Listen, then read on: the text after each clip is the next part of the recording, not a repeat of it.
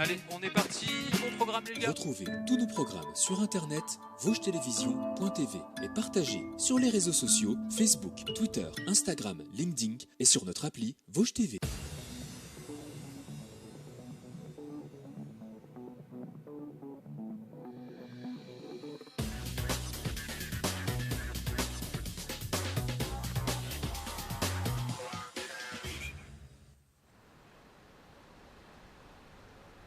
Madame, mademoiselle, monsieur, bienvenue à vous qui nous rejoignez sur Vosges TV pour vivre en direct l'épilogue des championnats de France des clubs de canoë-kayak avec les finales en patrouille sur le tout nouveau stade d'eau vive d'Épinal Naturo.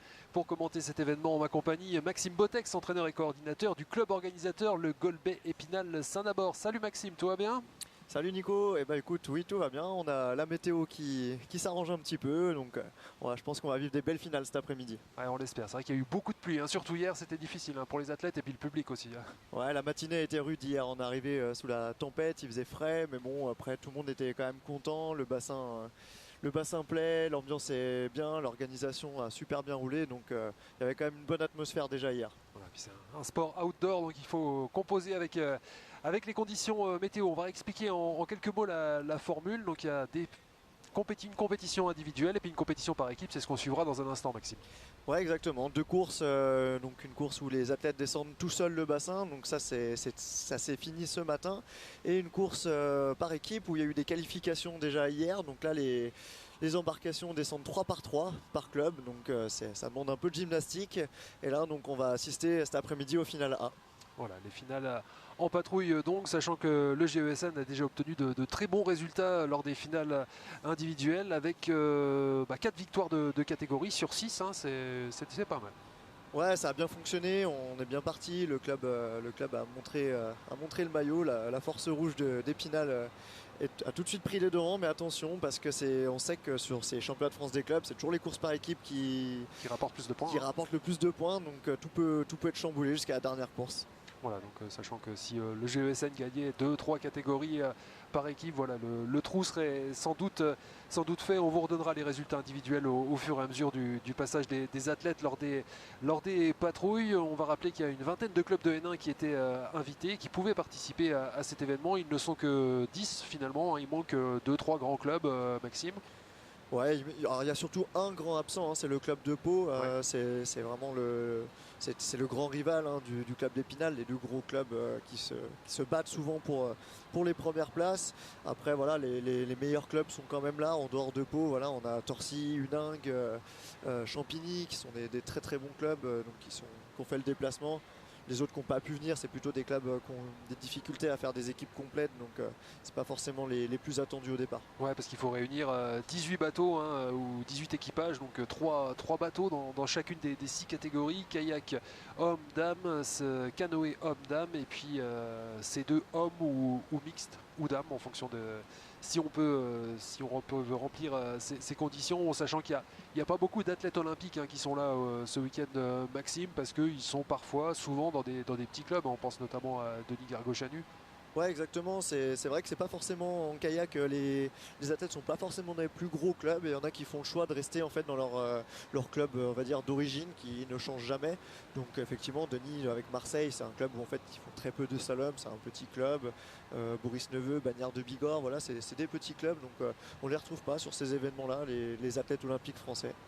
Mais tout l'intérêt de cette compétition, c'est de montrer la densité sportive, la qualité de formation d'un club. C'est pour ça que le GESN se porte régulièrement candidat pour organiser cet événement. Il a déjà remporté à de multiples reprises. Vous avez déjà pu suivre ça par le passé sur notre antenne, sur le bassin du centre-ville. La grande attraction cette année, c'est bien sûr ce nouveau bassin Naturo Vive, dont c'est la première compétition d'envergure nationale, Maxime. Et c'est votre arrivée à Épinal il y a quelques mois est liée à l'avènement de ce bassin aussi. Ouais, bien sûr, c'est un bassin qui a fait beaucoup de bruit, on en entend parler parce que bon, déjà Épinal est un très gros club du poids sur le canoë-kayak français, donc on entendait parler de ce bassin, mais c'est vrai que l'arrivée du Naturo, ça a tout de suite dynamisé le club, ça a relancé un petit peu, on a pu rapatrier les meilleurs athlètes qui sont revenus s'entraîner ici, donc là on est sur une très bonne dynamique, on le ressent dans les résultats sportifs. Donc voilà, après les autres clubs nous envient ce bassin déjà, hein. Là, c'est les premières compétitions où ça vient de loin. Les clubs sont très très contents de naviguer sur ce bassin, même si aujourd'hui on a mis une configuration, on va dire, pas encore la plus difficile pour garder une accessibilité. Voilà, et puis ça a aussi permis, vous le disiez, de recruter pas mal de jeunes kayakistes, hein. On pense notamment et par exemple à Ilona Martin-Lem qui vient comme vous de Savoie, de Chambéry. On aura le plaisir de la recevoir demain dans l'émission Côté Sport à 19h pour revenir sur ces championnats de France. Le principe de ce bassin, Maxime, c'est que le débit est modulable. On a le choix entre 4 et 12 mètres cubes. Vous avez parlé de la configuration. Aujourd'hui, le débit, on le situe. Aujourd'hui, on est à 10 mètres cubes seconde en fait, donc on est plutôt sur un haut débit, mais c'est pas encore le débit max, comme tu disais, ça va jusqu'à 12. On peut régler de demi mètre cube en demi mètre cube en fait, donc voilà, on ajuste en fonction du niveau de compétition. Là, on a quand même des clubs qui ont des embarcations, on va dire, de National 2, voire même de National 3, donc il faut que ça reste quand même accessible et qu'on puisse naviguer en sécurité. Alors, on voit des C2 hommes. Exactement, ouais, c'est la patrouille de Unang tout de suite, hein. On attaque dans le dur du sujet. Unang est le deuxième du classement provisoire derrière Épinal pour l'instant. Et là on peut voir à l'arrière Liam Jégou, c'est un athlète qui a performé en Coupe du Monde déjà. Il a des médailles en Coupe du Monde, il court pour l'Irlande, l'équipe arrière du C2 qui ouvre le bal. Alors, toute la difficulté, c'est de ne pas se gêner avec les trois bateaux et puis aussi que les trois embarcations soient relativement homogènes, hein, puisqu'on calcule le temps en fonction du passage du premier et puis du dernier. Il y a une catégorie, bien évidemment, le CD Homme qui a malheureusement disparu du programme olympique, hein. On pense notamment à Gauthier Claus et Mathieu Péché. Ouais, ça a disparu au profit. En fait, on a changé un petit peu de méthode. On a cherché à réguler, on va dire, la répartition, la parité entre les hommes et les femmes. Donc voilà, le C2, on a un petit peu fait les frais. C'est difficile d'avoir des quotas olympiques, c'est toujours la bataille. Donc voilà, le C2 a un petit peu disparu de l'individuel, mais ça fait vraiment plaisir de revoir là sur ces championnats de France par équipe. Ça fait plaisir à tout le monde. Alors vous parliez de ce duo Liam Jégou et Antoine Guerne pour Unang. Ils ont fini troisième, hein, de l'épreuve de la finale individuelle un peu plus tôt dans l'après-midi.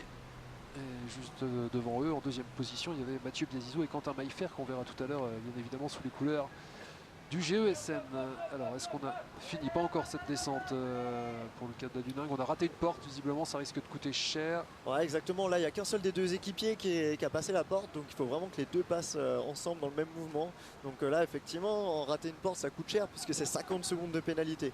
Donc ils vont se rajouter à leur temps, donc ça va vraiment leur coûter cher sur le classement. Ils vont être relégués, donc plutôt en fin de classement, à voir ce que font les autres. Ouais, alors sachant que là ils ont fait l'effort de venir la repasser, donc elle n'est pas comptée comme non passée, mais ils ont perdu énormément de temps dans la descente, c'est ça je pense? Alors ils ont fait l'effort, malheureusement ils n'ont pas réussi à remonter.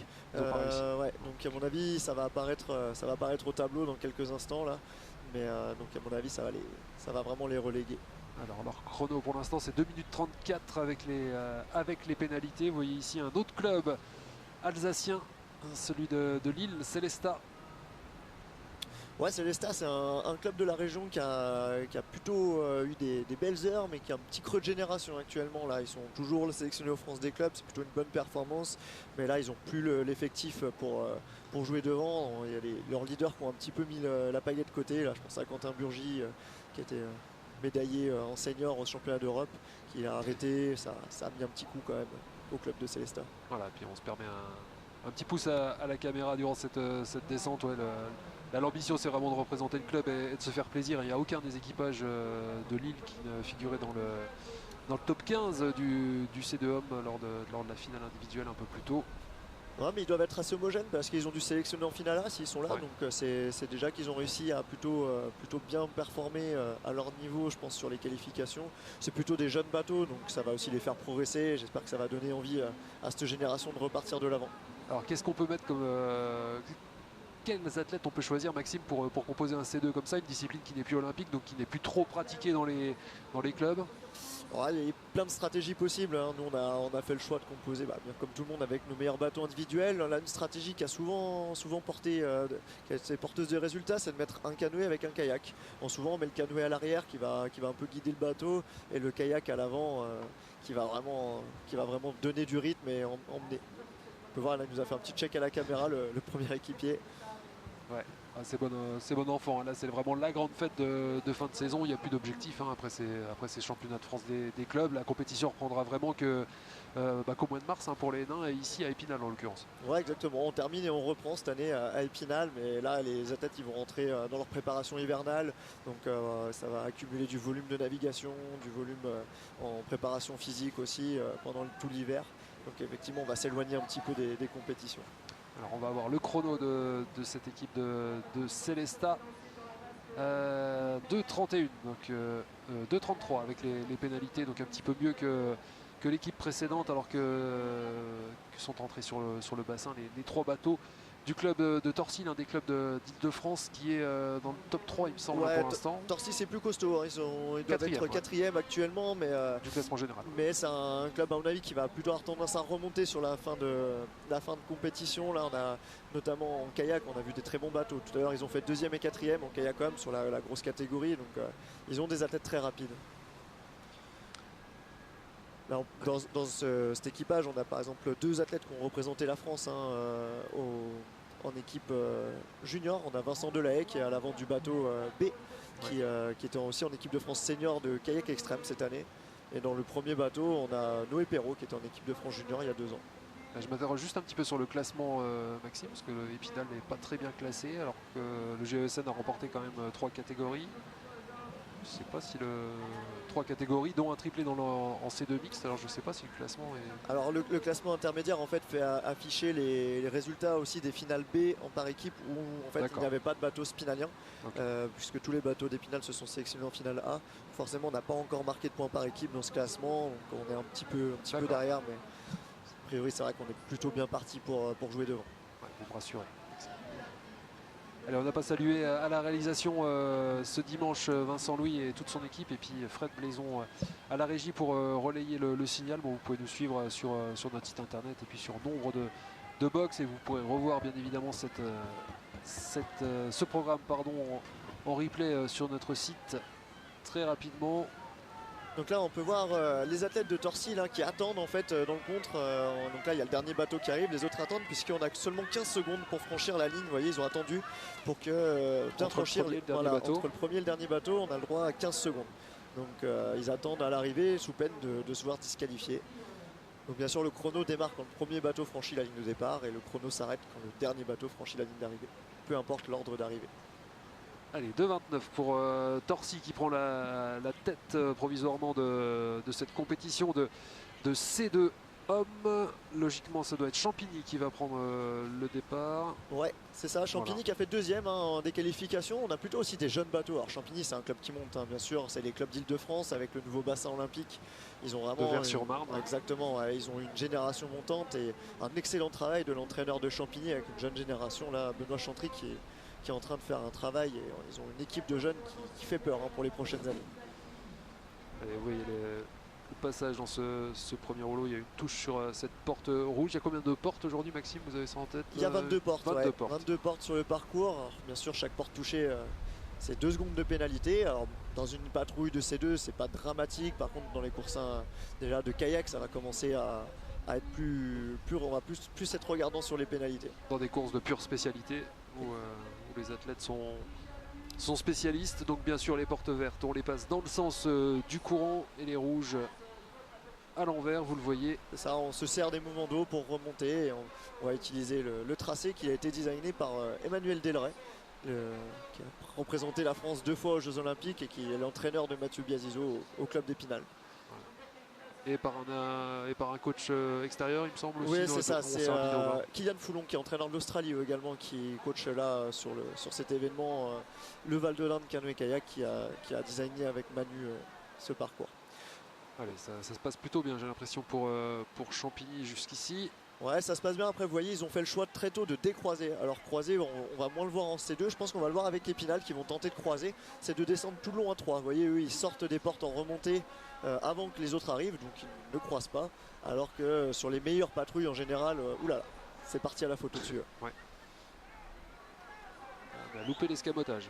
Ah mais alors, esquimoter en canoë biplace, c'est très technique. Et c'est vrai que maintenant, vu que les jeunes pratiquent moins, ils ont moins les habiletés pour le faire. Donc là c'est Anas Renou il me semble avec Amaury Bruchet qui se sont retrouvés à l'envers. Donc ouais, ça va coûter cher en points pour le club de Champigny. C'est dommage parce qu'ils avaient fait deuxième en qualification. On peut voir il n'est pas content Anas. Ouais, c'est bien descendu. Donc abandon pour cette équipe de Champigny. Bon, le dernier bateau va quand même aller jusqu'au bout, je pense. Et puis ensuite on va assister à la descente du Allez, voilà. première équipe du GESN. Les voici. Alors c'est Gabriel De Coster avec Corentin Menas qui ouvre. Vous voyez, eux ils vont croiser. Ils sont tous ensemble. Regardez, le premier sort quand le troisième arrive et ça attend. Derrière c'est les deux jeunes, deux très jeunes, là, Joao Normand, Léo Hulmer qui sont en deuxième. Et ça ferme par Mathieu Biazizo et Quentin Maillefer qui ont fait deuxième en individuel ce matin. Ouais, c'est un joli balai quand c'est pratiqué de cette façon les patrouilles. Alors bien sûr Gabriel De Coster qui emmène cette formation, meilleur résultat individuel de l'année du côté du GESN avec cette première finale en Coupe du Monde et cette première médaille d'or, c'était à Pau fin août. Ouais, exactement, c'est le gros résultat de la saison dans la catégorie Kayakom, catégorie très difficile à aller déloger les Tchèques qui sont très très forts. Et Gabriel il a déjoué un peu tous les pronostics et en prenant cette victoire de Coupe du Monde.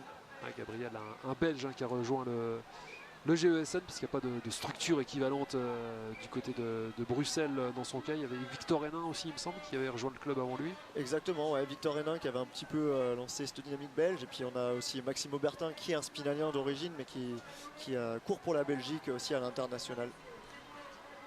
Vous voyez, ça se passe très bien pour les Spinaliens jusqu'ici. Il reste 3 portes pour le premier bateau. Ouais, c'est joli là, ça croise encore. Vous voyez là, ils n'ont pas décroisé de toute la manche. Ça veut dire que l'équipage est homogène. C'est bien pour les petits jeunes qui sont accrochés fort derrière Menas De Coster. Ouais.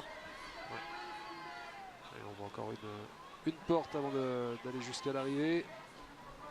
Ouais, ça croise jusqu'au bout, c'est vraiment, vraiment joli. Regardez, c'est très bien timé, c'est vraiment de la belle navigue. Là, je pense qu'ils vont largement survoler cette course là. Ils ont aligné une équipe vraiment très superbe forte. Descente. Et 0 touche et une.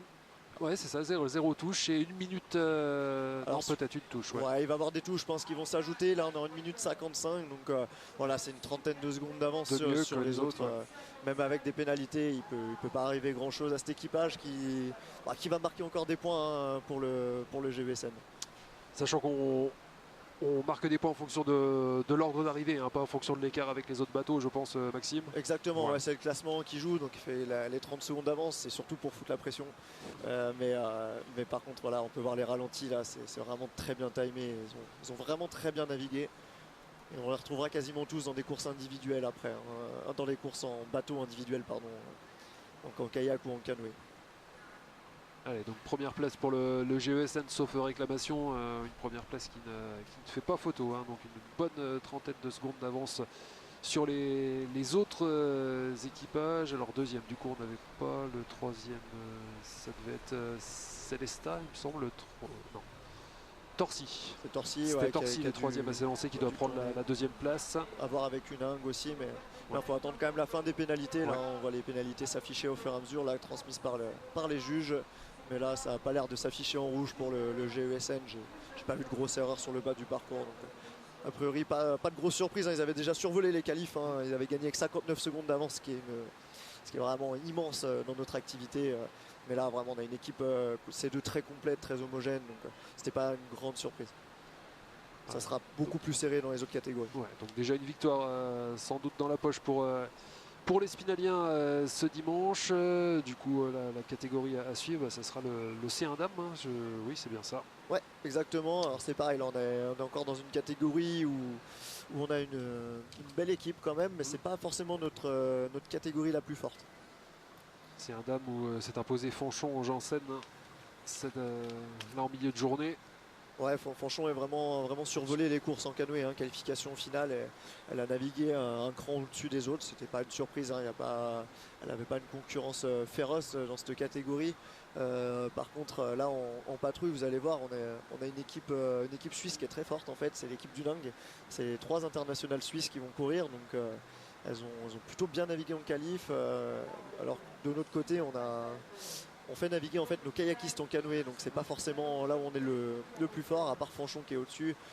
Nos 2 autres kayakistes sont moins à l'aise. Ouais, vous parliez du Nung, si vous n'êtes pas trop familier avec la géographie de la France, on est vraiment à la frontière avec, avec la Suisse, l'Allemagne, pas loin de Bâle, d'où le fait que des athlètes helvètes soient licenciés là-bas. Ouais, ils ont un beau bassin, un Huningue, un bassin artificiel. Bon, Super bassin en centre-ville, ouais, c'est très ça, vert. ouais. Ouais. Très joli, c'est plus un parc, c'est un peu moins de grosse envergure qu'ici, mais les Suisses s'en servent énormément pour s'entraîner. Et une grosse dynamique en Suisse en ce moment. Ils ont recruté des très bons entraîneurs et ça commence à performer sur le niveau international. On est à 220 mètres ici à Épinal pour ce qui est de la longueur du bassin. Maxime, c'est un peu la tendance de faire des bassins plus ramassés, plus spectaculaires. Ouais, bah la Fédé internationale pousse sur du plus court, du plus spectaculaire. En fait, c'est condenser un petit peu la pente pour se retrouver à pouvoir avoir des parcours un peu plus courts, aussi plus télévisuels. Donc Épinal, ça s'inscrit un peu là-dedans. Parcours court, mais très très dense. Il n'y a pas de zone de plat. Donc c'est pas facile à naviguer. Et puis qui peut aussi servir pour le kayak extrême. Bon, ça, on n'en verra pas aujourd'hui, mais c'est très impressionnant. Peut-être une prochaine fois. La première équipe de C1 Dab s'était lancée sur le bassin. Il s'agit du Dingue, justement. C'est une dingue, exactement. Ouais, c'est les trois Suisses. Alors, il y en a une qui est un petit peu moins à l'aise que les autres. On va voir, elle a raté une porte, elle est en train de remonter.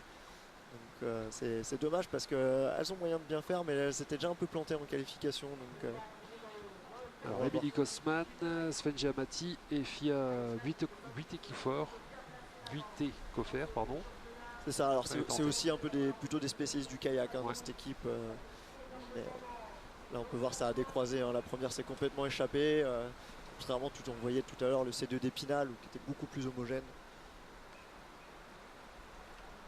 Alors, sachant qu'en individuel, ouais, c'est Ifab Buitekofer, justement, qui est du Dingue, qui a pris la meilleure place dans le trio suisse. Elle avait fini 3e des épreuves individuelles tout à l'heure. Ouais, c'est ça, elle avait fait une belle prestation, elle avait bien navigué, mais on peut voir que c'est quand même pas super homogène. Je suis pas sûr que ça puisse jouer devant. Après, il faut faire attention, cette catégorie, c'est souvent un petit peu, il y a des gros écarts de temps, donc il ne faut rien lâcher jusqu'au bout. Ça peut sourire, peu importe le résultat. Alors que les spécialistes nous excusent, mais pour les autres, on va quand même rappeler la différence entre le canoë et le kayak. On n'a vu que du canoë jusqu'ici. On est donc à genoux dans le bateau avec une simple pagaie. Donc on peut pagayer plutôt à droite ou plutôt à gauche. Le kayak, on est assis avec une double. On verra ça juste après. Ouais, on pagaie plutôt à droite ou plutôt à gauche. Et on peut voir souvent les filles changent souvent de côté, ce qui est moins le cas. On appelle ça un bordé. Les garçons commencent à changer, c'est venu aussi à la mode, donc à voir sur les prochaines années ce qui va se faire sur le très haut niveau. Un club du Grand Est, Nancy-Tomblaine, qui s'élance. Ouais, c'est Julia Budzinski là, qui ouvre le bal. Il me semble qu'elle a fait deuxième Ouais, exactement, ouais. en individuel, donc c'est un très bon bateau. Elle écume la Nationale 1 depuis quelques années. Et derrière elle, ça doit être Elena Hugues qui a aussi été je pense en finale, puisqu'elle se débrouille plutôt très bien en canoë. Elle a aussi été en National 1. Elena Hugues qui a fini 9e de la finale tout à l'heure. On voit, on rappelle qu'il y a un pôle à Nancy également, qui avait un pôle de canoë-kayak. Ouais, il y avait le pôle espoir, mais il y a toujours une structure, un pôle développement, pôle universitaire pour les étudiants du coup qui s'entraînent à Nancy. C'est vrai qu'on a pas mal de spinaliens qui s'entraînent à Nancy toujours parce que plus pratique pour les études ou pour des choix professionnels. Donc voilà, on est très liés avec le club de Nancy ici. Nancy, ils sont déjà venus s'entraîner, donc ils connaissent le bassin. Ouais, vous avez beaucoup d'échanges, Maxime, parce que vous gérez aussi, vous êtes coordinateur du GESN, vous gérez un peu le planning de ce nouveau bassin Naturovive. Il y a beaucoup de clubs demandeurs, étrangers et français qui viennent ici. Ouais, ça a déjà fait quelques intéressés. On a eu cet été beaucoup d'étrangers quand même qui sont venus. Les Suisses sont beaucoup venus, les Tchèques sont venus aussi. On a eu l'Australie, la Belgique forcément, puisqu'on a nos contacts là-bas. Donc ça a plutôt bien marché chez les étrangers et chez les clubs aussi. On a eu les championnats de France à Metz, donc ça a permis à pas mal de clubs de venir voir au passage. Ce qui fait que, vu la qualité du bassin, on a tout de suite eu des demandes de stage. Donc là, à la Toussaint, on va avoir aussi la Fédération française de canoë-kayak qui va faire un stage avec les équipes de France. Donc on va avoir aussi le club de Pau qui va monter en stage à la Toussaint. Il y a du monde qui vient s'entraîner ici. C'est un bassin qui plaît. Donc du beau monde et ça devrait sans doute s'intensifier dans les mois qui viennent dans l'optique des Jeux de Paris 2024. Notamment on pense aux sélections plutôt venues d'Europe de l'Est, pour qui le bassin est assez proche finalement par rapport à celui de Vers-sur-Marne. Ça évite quelques heures de trajet. Ouais, c'est ça, c'est sur la route en plus, ça permet de couper les trajets, de s'entraîner, de naviguer sur un bassin différent. Et en plus, je pense qu'on se doute que ce bassin va être utilisé sûrement sur le circuit international dans les prochaines années. Ça va forcément prendre un petit peu de temps, mais ça devrait arriver après les JO de Paris. On devrait pouvoir avoir quelques courses d'envergure internationale ici. Alors vous avez vu l'équipe de Nancy-Tomblaine qui attendait la dernière séiste, c'est comme ça qu'on dit, pour le canoë là, qui était un petit peu en retard. L'équipage était un petit peu moins homogène que le précédent. Autre club du Grand Est, celui de Metz. Ouais, le Kayak Club de Metz, c'est pareil, ça va être un équipage un peu hétérogène, Ouais. je pense, puisqu'on a un ou deux bateaux qui... La meilleure a fait 13e en individuel. Il s'agit d'Eva Mirguet-Montoya. Ouais, Eva, c'est une jeune espoir, elle est très jeune encore, elle est née en 2007 et... Oula, C'est renversé. partie à la faute. C'est elle d'ailleurs qui est partie à la faute, mais elle était déjà partie à la faute ce matin en individuel. Mais c'est une athlète qui monte, c'est une des meilleures espoirs de la région. C'est très jeune pour faire du canoë, encore, elle a seulement 15 ans. Donc, mais voilà, là elle est partie, elle est sortie de sa manche. C'est très dur quand on est parti à l'erreur de rester dans le rythme. Une fois qu'on n'est pas dans la trace, on se retrouve vite chahuté et après il y a tout qui se passe mal. Ouais, on salue l'abnégation de tous ces athlètes qui pratiquent des disciplines qui ne sont pas leur spécialité, parce qu'il faut avoir le mental solide quand même pour descendre comme ça, savoir qu'on va se prendre quelques portes, voilà, que ça va pas être forcément très gratifiant. Ah, c'est un bassin qui fait peur. On a des athlètes qui n'ont pas pris le départ. Alors peu, mais il y en a eu qui n'ont pas pris le départ en jugeant que voilà, c'était pas leur spécialité et qu'elles ont jugé que c'était trop difficile pour elles de descendre. Mais voilà, là par contre chez les jeunes, on est quand même sur des athlètes maintenant qui font les deux. La plupart des jeunes athlètes pratiquent le canoë et le kayak, on va dire à moitié-moitié, surtout chez les filles. Ouais, quel est l'intérêt dans la pratique, même lorsqu'on spécialise plus pour le kayak que pour le canoë? Voilà, un porte à l'autre, on a eu un équilibre un petit peu différent, on a un toucher d'eau un peu différent, une vision aussi, on est plus haut en canoë, donc on a moins bon équilibre, mais on a plus d'amplitude, plus d'allonge, une meilleure vision, donc ça permet aussi de progresser. Et la France, à l'introduction du canoë, avait fait le choix de mettre on va dire, leur équipe B de kayak en canoë. Ça avait marché à court terme. Finalement, à long terme, on s'est rendu compte que c'est les filles qui faisaient les deux qui performaient. On pense à Jessica Fox, qui est un petit peu connue ici, qui fait vraiment les deux à moitié-moitié et qui performe à très haut niveau dans les deux. Donc ça a plutôt relancé une mode de doubler chez les filles. Et on a même maintenant les garçons qui doublent, les jeunes garçons doublent canoë et kayak. Jessica Fox, la compagne de Mathieu Biasizo, championne olympique australienne. Ah, c'est le plus beau palmarès du canoë-kayak. Elle succède à son père, l'anglais Richard Fox, qui était avant elle le plus beau palmarès. Je pense aussi à sa maman, Myriam Jérusalemi, qui est médaille olympique pour la France. Alors le club de Metz, là, 2,37. Ils sont assez loin. Alors que Champigny. Ouais, je vous en parlais tout à l'heure, Champigny. Alors c'était très très jeunes athlètes. Lina, ça doit être une fille qui doit avoir 14 ans, 15 ans. Et je crois que c'est Adélie en dernier qui doit avoir 12 ou 13 ans, pas plus. Donc voilà, on est sur du très très jeune. Alors elle se débrouille super bien, ça fait partie des meilleurs jeunes du circuit national. Mais sur un bassin comme ça, vous allez voir, ça va quand même se faire un peu chahuter. C'est vraiment pas facile pour elle d'évoluer là-dessus. Alors, On le voit. on voit Célina qui est partie un peu à la faute. Mais c'est vraiment des athlètes qu'on retrouvera sans aucun doute dans 4-5 ans sur le devant de la scène internationale en junior. On les suit, la fédération a l'œil dessus. Elles sont déjà listées ministérielles, ces jeunes filles. Donc on prend plaisir à les voir évoluer sur ce bassin très jeune. J'espère qu'elles reviendront un petit peu s'entraîner ici.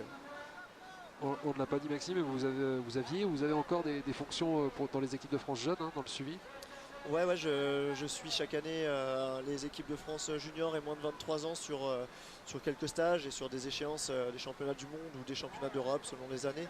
Donc voilà, la fédération fait appel soit aux entraîneurs nationaux, aux entraîneurs de pôle, parfois, voilà, comme moi, aux entraîneurs de club. On sait l'entraîneur de pôle également qui en fait porte un peu ces dynamiques nationales et qui fait du lien sur l'équipe de France jeune. Allez, on temporise du côté de Champigny. Là, il y a un petit écart entre la première et le troisième bateau. Ouais, la première, c'est Nina Pesquerouet, elle est en équipe de France en kayak. Elle a fait 4e des sélections en canoë, donc c'est une athlète qui sait faire les deux. Elle est plus spécialisée en kayak, mais elle navigue sur le circuit en canoë aussi. Donc, oula, Ça a tapé a les tapé la pierres pointe avant, ouais. avec l'avant du bateau. On appelle ça une bille en tête dans le jargon. Ça fait un peu mal aux genoux, là. Ça appuie dans les coques. Mais voilà, elle se bat, hein, vous voyez, elles ont un très très bel état d'esprit, ces jeunes filles. Allez, les Champigny qui ont fini. Et là, c'est Épinal qu'on enchaîne. Les Spinaliennes avec Fanchon, Janssen en tête, Ilona Martin-Lem et Yana Gonset. Voilà, on va voir très vite, je pense, Fanchon s'échapper. Hein. Elle est vraiment On un s'attend cran pas. au-dessus. Voilà. Alors c'est bien, hein, Alors, Ilona a ça réussi à croise quand même s'accrocher. pour l'instant. Ouais. Et voilà, Ilona va pouvoir suivre tout de suite Fanchon. Ça va laisser de la place à Yana derrière. On a vu le changement de main dont vous nous parliez. Ouais, voilà. Elle réussit aussi pour Ilona derrière. Encore une fois, on change de côté. Fanchon qui Oulala. Grosse faute pour Ilona derrière, mais elle va avoir le temps de remonter peut-être avant qu'Yana arrive. Non, elle va devoir attendre. Ah là c'est une grosse faute pour Ilona, il va falloir qu'elle s'accroche derrière. Maintenant ils ont changé de position, donc ça change un petit peu les plans. Ouais. Vous voyez là, Yana est passée devant Ilona. Mais là, Fanchon, elle va dérouler. L'objectif pour Fanchon maintenant, c'est de passer sans pénalité. Vous voyez, elle met plus de rythme. Elle sait qu'elle a de l'avance, que les autres la de rattraperont toute façon, pas. oui, ça sert à rien d'arriver 30 secondes avant les autres, ce n'est pas possible. L'objectif, alors c'est pas toujours facile hein, quand on navigue à demi-rythme de rester propre. Mais voilà, là, elle va vraiment focus sur passer sans pénalité. Ouais, elle se concentre. Fanchon, championne de France U23. Alors pareil, elle est partie à la faute là. Elle a raté la porte. Ah, c'est ce que vous disiez, ouais, peut-être d'engagement. Exactement, ouais, quand on navigue à mi-rythme sur un aussi gros bassin, c'est très très difficile. Donc là, elle a raté la porte, elle l'a touchée en plus, je pense. Donc voilà, elle va couper d'une petite pénalité. On va voir, hein, ça peut coûter cher à Épinal qui avait gagné la qualification, mais voilà, c'est pas notre catégorie où on a les meilleures armes, mais elles avaient quand même gagné la qualif, donc à voir en finale. On va voir ça, on est à 1,45. Alors, 1,50 au chrono avec déjà 3-4 touches. Ouais, ça va être juste. Ouais. pas forcément faire un gros chrono, mais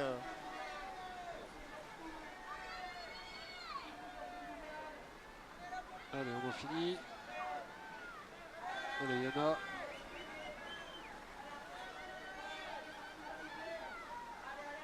Allez, 2,13,57 sans les pénalités. on va attendre le classement provisoire. C'est quand même le meilleur temps. Mais on va attendre maintenant les pénats. Elles sont juste une seconde, mais j'ai l'impression qu'il y a eu beaucoup de pénalités quand même. Donc, Ouais.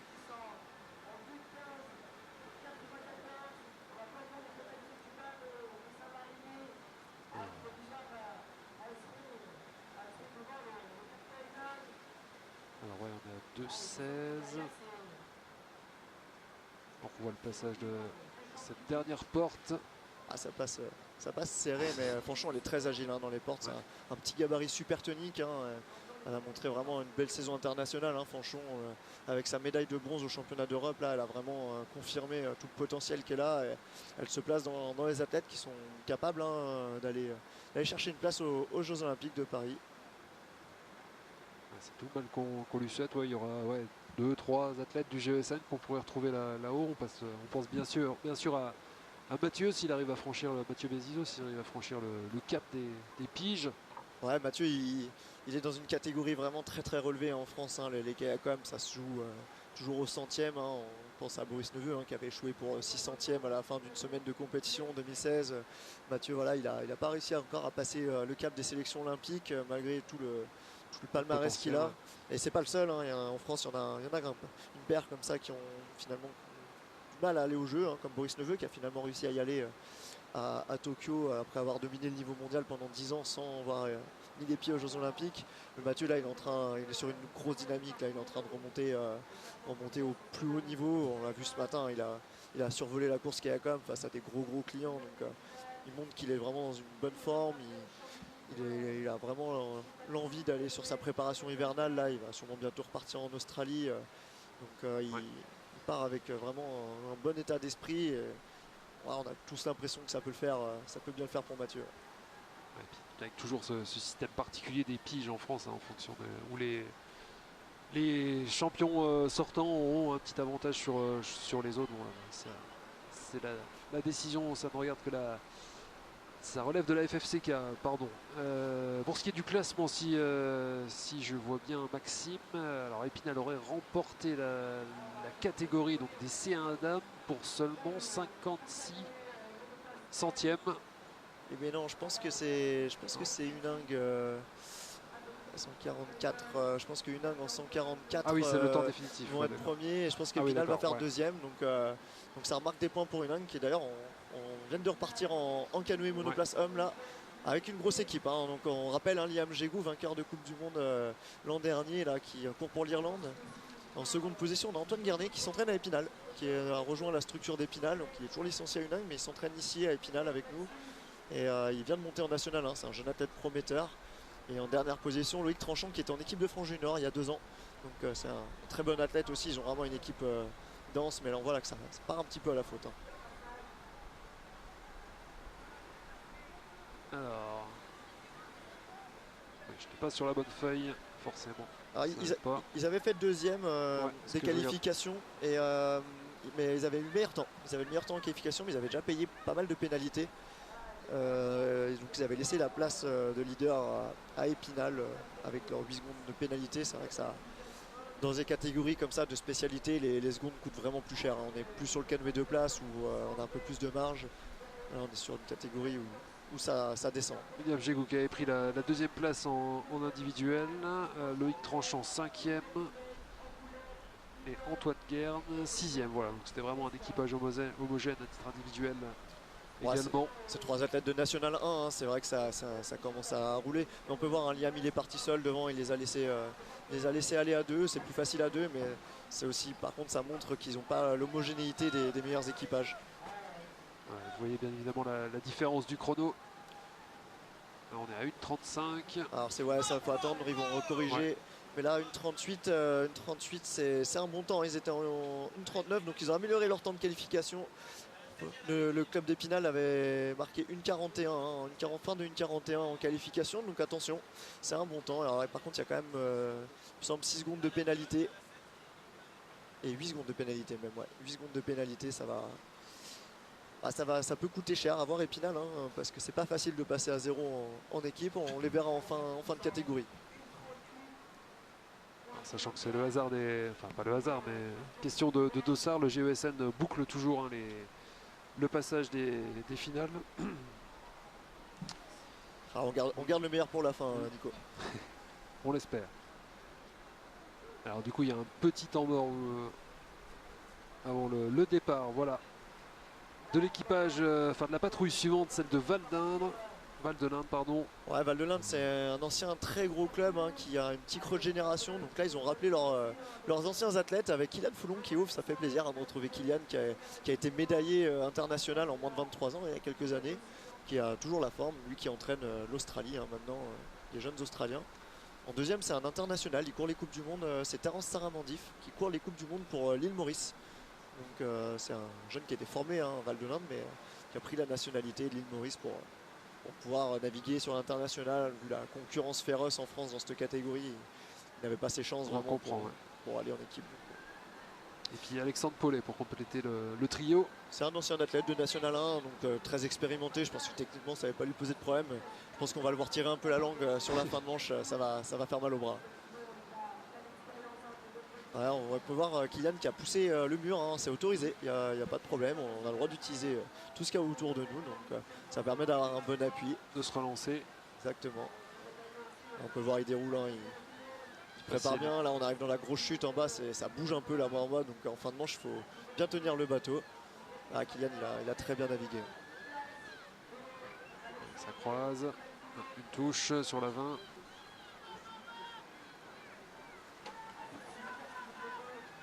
Ouais, ça croise jusqu'en bas. Alors, non, là ça va décroiser. Donc il y a un petit retard. Vous avez vu Alexandre Paulet qui est fatigué là. Hein, il n'y a plus de jus, il n'y a plus rien dans le moteur. Donc le réservoir est vide. Ah, ça encourage fort. Hein, ça encourage fort le Val de l'Indre. Ah, Pas M38, vu le ouais, chrono, mais on est pas mal. Hein, ah, M38, c'est un bon temps. Non, voilà, Ouais, ça a été 45, recorrigé à une ouais. 45. Des fois, il y a l'impulsion du premier compétiteur qui s'affiche en premier. Et finalement, voilà, c'est corrigé une 45. Ah, c'est quand même un bon temps, hein, si on peut attendre les pénalités, mais ça reste correct. Donc on a un départ toutes les 150 secondes, hein, je crois, sur ce bassin d'Épinal. Ouais, on va voir le club de Nancy après, Ouais. qui est un bon club. Hein. Je pense qu'ils ont une très bonne équipe. C'est l'entraîneur, hein, de Nancy qui va ouvrir, je pense, Thibaut Blaise. Et avec Thomas Lullier et Maxime Fourcadet, c'est vraiment 3 vrais spécialistes du canoë qui sont encore en activité. Hein. Je pense qu'ils évoluent tous les 3 sur le circuit national. Voilà, on peut voir Blaise, le premier, Thibaut Blaise, qui va ouvrir. C'est un athlète très solide, hein. Pareil, il a été médaillé international en moins de 23 ans. Il a été en équipe de France, donc il s'entraîne toujours, un peu moins qu'avant, mais il prend plaisir toujours sur le circuit national. Hein. Ouais, Thibaut Blaise, 4e des finales individuelles cet après-midi. Thomas Lullier, 8e. Ouais, Thomas Lullier, il a été très proche des équipes de France junior. Il a échoué d'un cheveu il y a quelques années. Depuis, voilà, il évolue sur le circuit national. Hein. Je pense pas qu'il ait d'objectif de très haut niveau, mais c'est un très très bon pagayeur. Ah, ça croise pas très bien là-haut. Là. Ouais, vous le voyez, un peu de monde aussi du côté du public, là, à la faveur des rayons de soleil. On croise les doigts pour que ça reste comme ça jusqu'à la fin de l'après-midi et de la compétition. Ah, Thibaut, ce qui s'est échappé devant, il va laisser les autres. Alors, on appelle une bidouille quand on n'est plus que 2. Derrière, il navigue en bidouille. Donc, il descend à 2 le bassin. C'est beaucoup plus facile. Il n'y a pas le croisement à gérer. Il faut juste faire attention de ne pas percer son collègue, ce qui arrive quand même fréquemment. Ah, ça navigue quand même bien. Hein, ces 3 bons bateaux là. Ça bouge bien, ouais. Il va arriver sur cette fin de manche et la fameuse chute là où l'enchaînement 19-20 demande pas mal de tenue de bateau. Il faut passer, on arrive dans les remous, il faut repasser à l'envers la numéro 20. Ouais, et puis c'est un effort particulier, hein, l'effort du minute 30, parce qu'on arrive vraiment au seuil lactique à 45-50 secondes et après ça fait mal au bras, c'est chargé, on a du mal à tenir la pagaie, on a les avant-bras qui durcissent et là à la fin c'est dur, ça fait mal. Alors on a l'air pas trop mal, une 41-20 avant correction pour Nancy-Tomblaine. Ouais, ça pourrait être le bon chrono, on va attendre un peu, mais ça me semble assez cohérent avec leur descente. C'est un bon équipage qui va pouvoir jouer. Alors il faut attendre les pénalités parce que ça peut jouer avec une Unang. Hein. Ce qui ferait les affaires d'Épinal hein, si Nancy s'intercale, puisque ça pourrait faire moins de points pour le club du Nang qui est a priori hein, le meilleur rival pour ce championnat. Ouais, il y aura au moins 2-3 touches.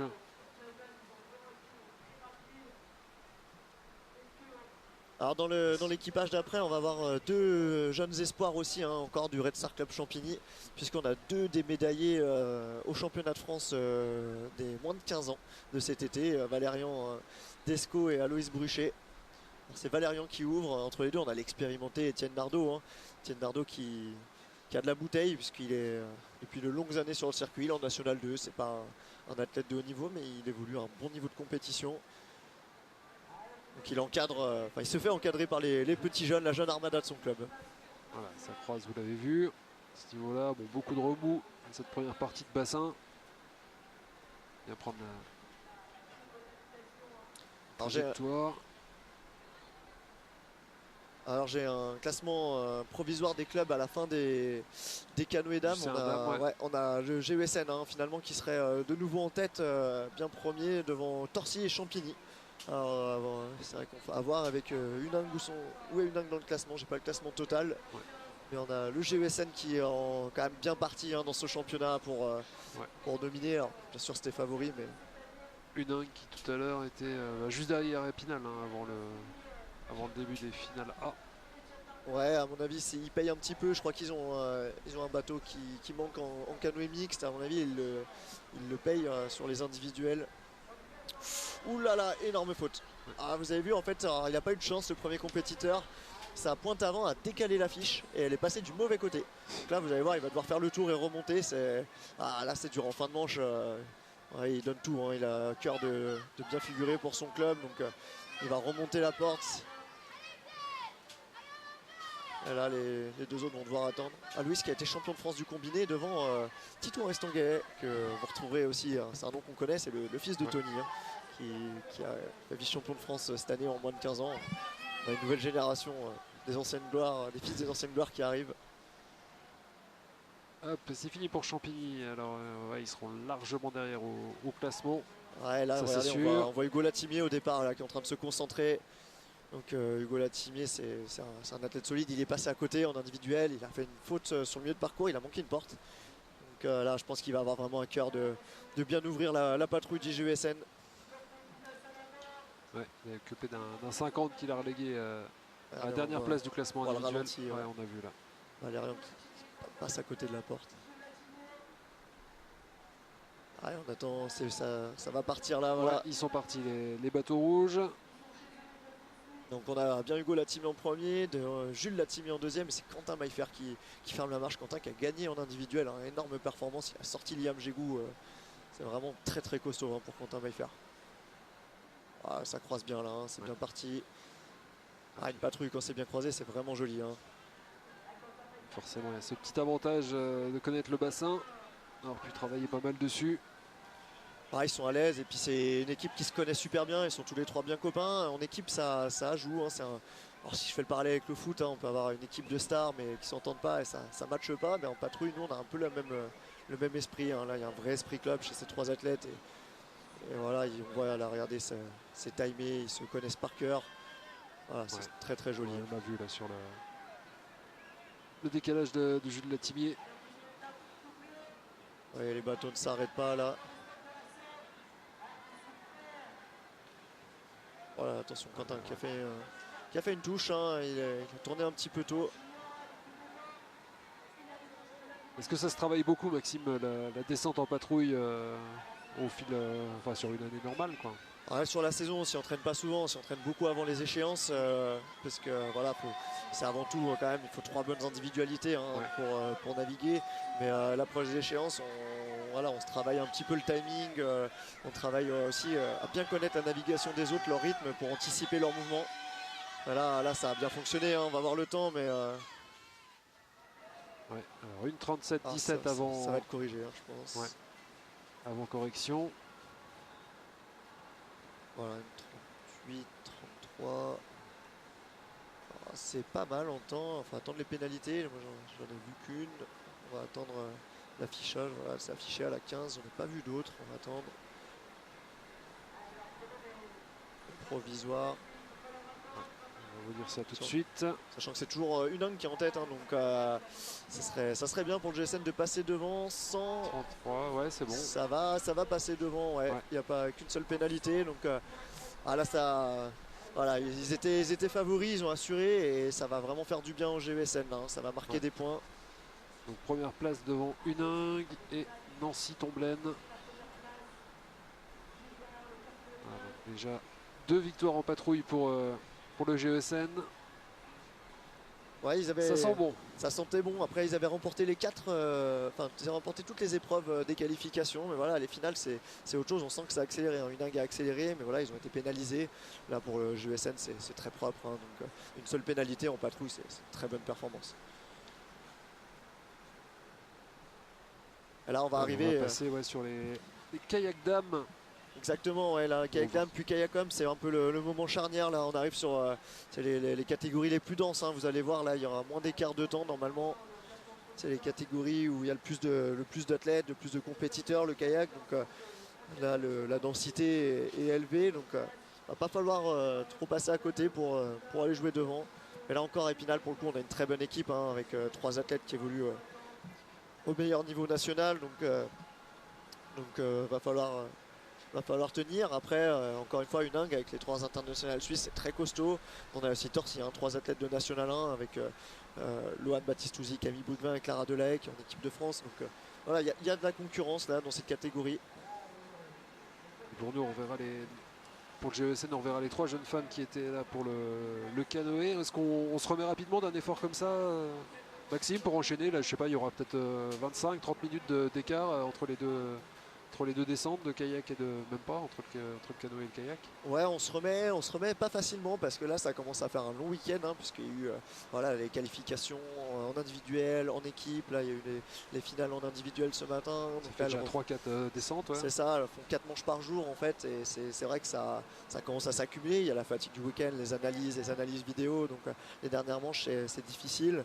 Après je crois que là c'est un peu le cas pour toutes les équipes. Hein, donc je pense pas qu'elles vont vraiment avoir un désavantage là-dessus. J'entends que c'est des athlètes qui s'entraînent, hein, qui ont du physique, hein, les 3 spinaliennes. Donc je suis assez confiant.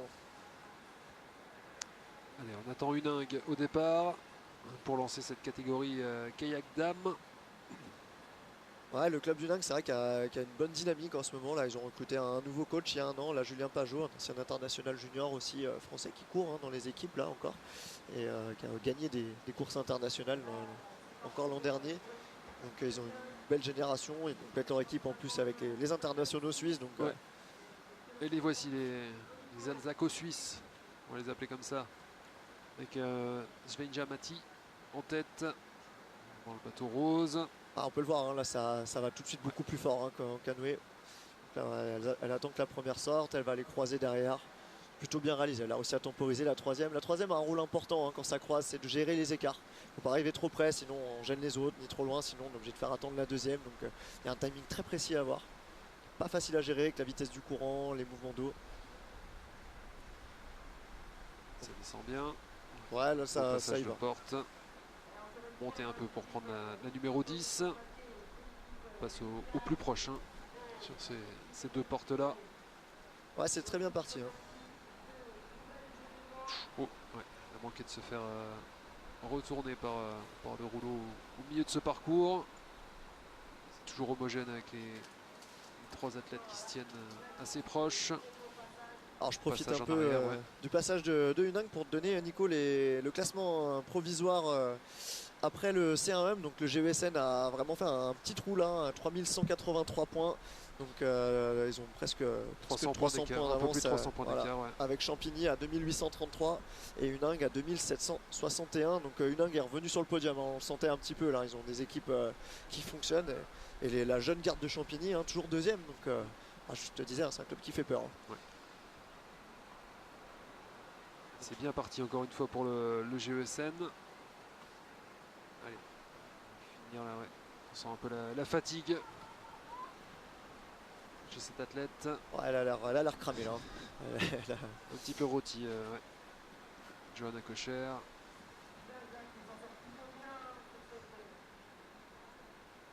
Ouais, une 54 là, c'est pas rapide. Hein. 58 même. Ouais, elle était dans le dur en fin de parcours. Ouais, après faut attendre. Hein. On a quand même, voilà, on est en fin de week-end, donc il peut y avoir plus d'erreurs qui vont se créer, peut-être des opportunités. Donc, et je crois quand même que là, le club de Torcy, par exemple, ou le club d'Épinal, c'est deux clubs qui sont capables d'assurer des manches costauds. Hein.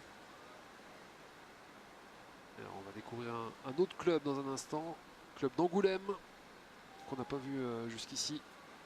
On n'a que des bateaux en K1 dame, K1 homme. Angoulême, c'est souvent des bonnes équipes puisqu'ils ont un pôle espoir Angoulême, hein, donc c'est assez dynamique. Ils ont aussi profité, ils sont pas très loin de Pau qui a été longtemps, les 10 dernières années l'épicentre, référence. Ouais, c'était l'épicentre du canoë-kayak français, du haut niveau en tout cas.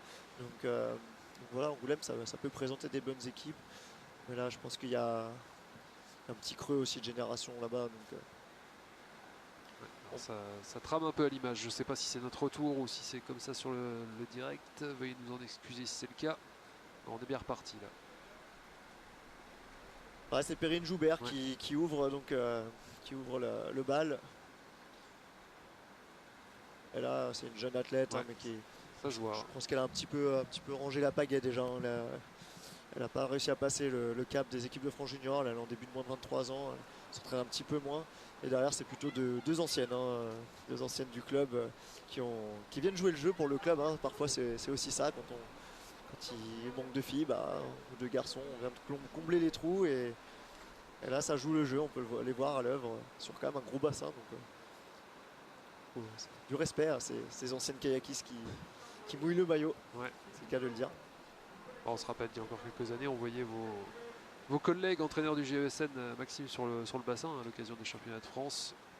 Ah, ils ont hésité cette année à reprendre la pagaie, mais finalement, avec la dynamique jeune, ils ont laissé leur place aux plus jeunes pour qu'ils prennent aussi de Leur l'expérience. responsabilité, ouais. Exactement, T'as qu'il y ait raison. un petit peu de renouveau.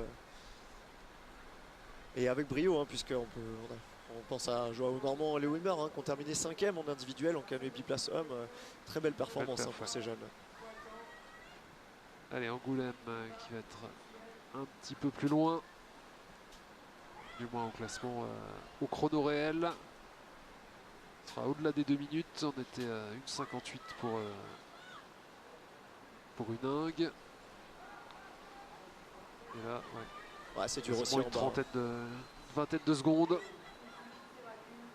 Et ouais, Très dur sur le bas du parcours. 2,19,30. On est loin. Et du coup, on enchaîne déjà sur la descente suivante avec l'équipage, les patrouilles de Torcy. Alors ça doit être Metz, hein, je pense, là pour l'instant, Francisca Metz, Granzo. pardon, oui, on est à la 3e. Alors Francisca, elle a gagné la course individuelle, hein, elle a vraiment fait une grosse manche, hein, elle a sorti un temps canon pour gagner en individuel. Donc elle va ouvrir, à mon avis, cette patrouille costaud. Et derrière elle, il me semble que c'est Sophie Colbus. Alors Sophie Colbus, elle a été formée à Épinal, hein, c'est une ancienne spinalienne qui habite maintenant à Metz et qui a gagné les championnats du monde vétéran master l'an dernier. Donc pareil, une très bonne kayakiste. Alors bien sûr, c'est plus le qualité athlétique Ouais. de sa jeunesse, mais on peut la voir encore C'est fiable. très à l'aise. Ouais. Ouais. Et derrière, on a la petite Eva, hein, qu'on avait vue tout à l'heure, une jeune espoir du club de Metz. Là, on a vraiment toutes les générations. On a du master, du senior et du cadet. C'est sympa, hein. C'est aussi l'ambiance des France des clubs d'avoir ces brassages générationnels.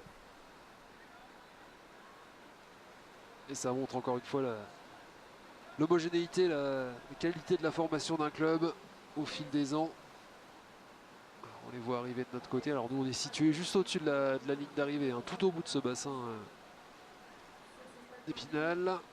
Ouais, Francisca, elle a fait le trou là sur ce bas, donc comme tout à l'heure Fanchon un petit peu, elle va devoir assurer sa fin de manche sans pénalité. Toujours difficile, hein, quand on a cette pression, quand on sort un peu du rythme. Mais là on la voit, elle est facile. Et on a Sophie là qui arrive dans le dernier enchaînement, un petit peu extérieur. Alors, vous voyez, techniquement, en fait, il faut se servir des petites vagues, des mouvements. On peut voir dès que c'est blanc, là, les rouleaux, c'est des mouvements qu'on peut utiliser pour se décaler. Il y en a qui sont très bons pour utiliser les mouvements d'eau et d'autres athlètes qui sont plus à la lutte, qui doivent ramer. Ça fait vraiment des grosses différences sur un bassin d'eau vive de cette envergure. On le verra surtout avec les kayakom tout à l'heure, hein. Les kayakom, on va avoir une très belle patrouille. Encore hein. plus de technique. Allez, on arrive au bout. Alors on est loin. Elle a tout donné, Eva. Cramé aussi, on est sur la fin du week-end aussi pour elle. C'était sa dernière manche. On est au-delà des 2 minutes. Pour l'instant, la meilleure descente, c'est celle d'Angoulême, qu'on a vu juste avant. Alors que Torcy donc, est sur le bassin. On va aller les repêcher. Ah, ils vont seulement partir. Ouais, Pardon, ça part Torcy. en haut pour Torcy là. Elle a vraiment une grosse patrouille, hein, et avec des noms qui résonnent un petit peu dans le canoë-kayak. Hein. Lohan Baptiste-Touzy qui a fait un podium en National 1 en Coupe de France Élite. Clara Delahaye qui navigue en équipe de France junior, là, qui ferme la patrouille. Et en deuxième place, là, c'est Camille Brugvin, hein, qui est la fille d'un 4e aux Jeux Olympiques. Hein, Manu Brugvin qui avait réalisé une médaille olympique, une 4e place olympique en 92. Ouais. Donc c'est une jeune athlète qui est déjà en National 1 à seulement 16 ans. Donc c'est pareil, hein, c'est des athlètes qu'on va retrouver à mon avis dans quelques années. 3 filles qui ont fait 3-6-9 en individuel. Ça navigue fort. Clara qui avait aussi à faire une 3e place, mais elle avait une grosse faute. Hein, elle avait remonté une porte. Vraiment fait une grosse manche ce matin. On peut la voir là, ça fatigue là, Ouais. mais bon. Elle va tenir la baraque, hein, elle est quand même plus rapide que Camille qui est devant elle. C'est Lohan qui ouvre bien. Vous voyez, elle franchit donc la porte verte en marche arrière. On appelle ça une inversion. Voilà, c'est tout à fait autorisé. Ça permet de prendre le De temps. mieux repartir aussi sur la suivante. Exactement, ça assure parce que là, dans cet enchaînement à la porte 15, il y a le risque de taper la pointe arrière sur le mur et de tout rater. C'est ce qui arrive à Hugo Latimier ce matin, qui est sorti de la route à cause de ça.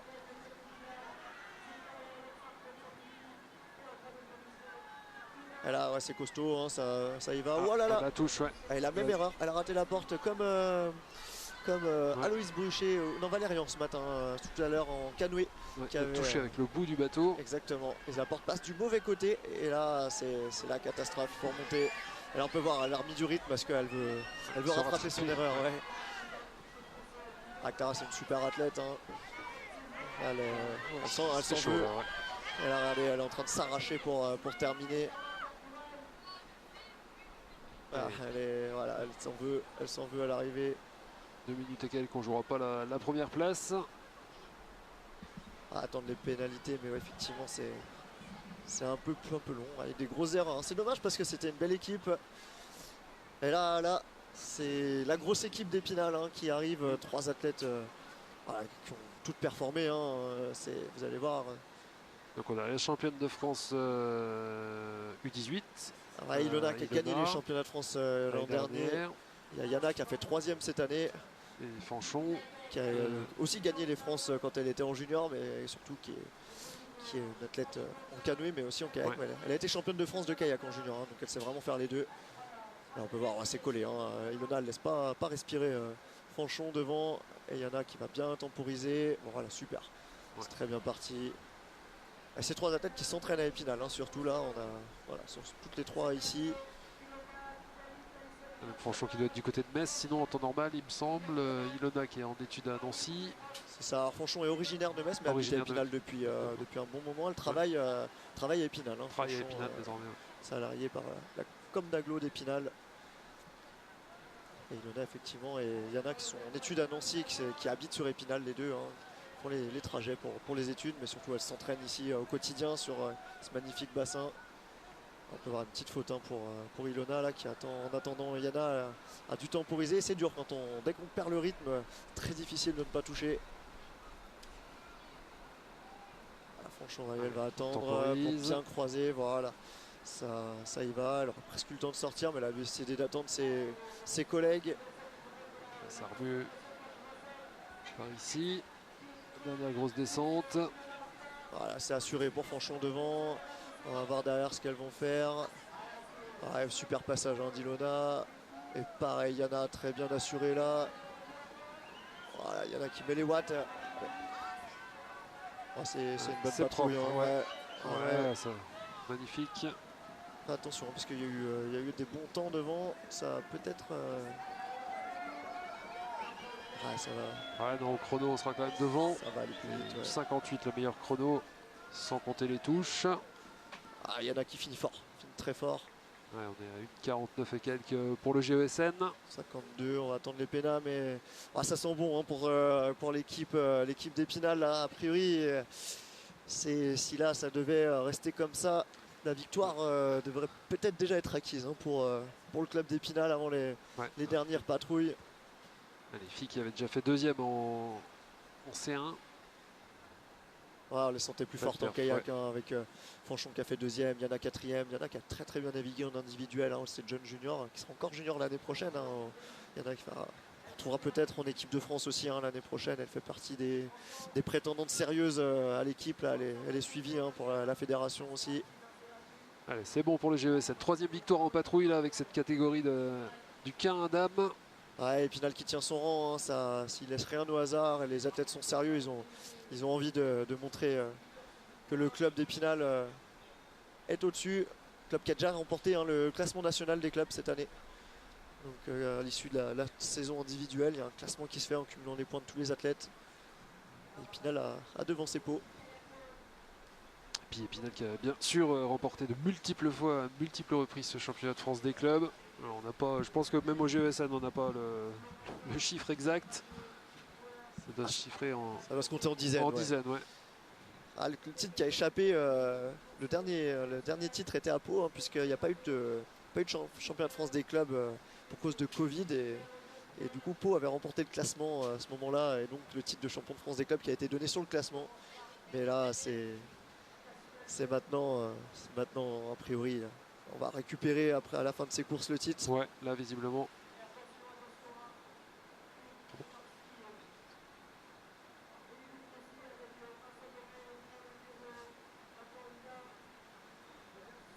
Allez, on attend la 5e catégorie.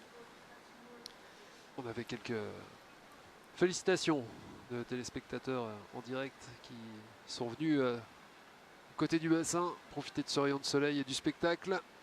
Ah, il y a du monde au bord, il y a Ouais. du monde, il y a un peu d'ambiance, c'est sympa.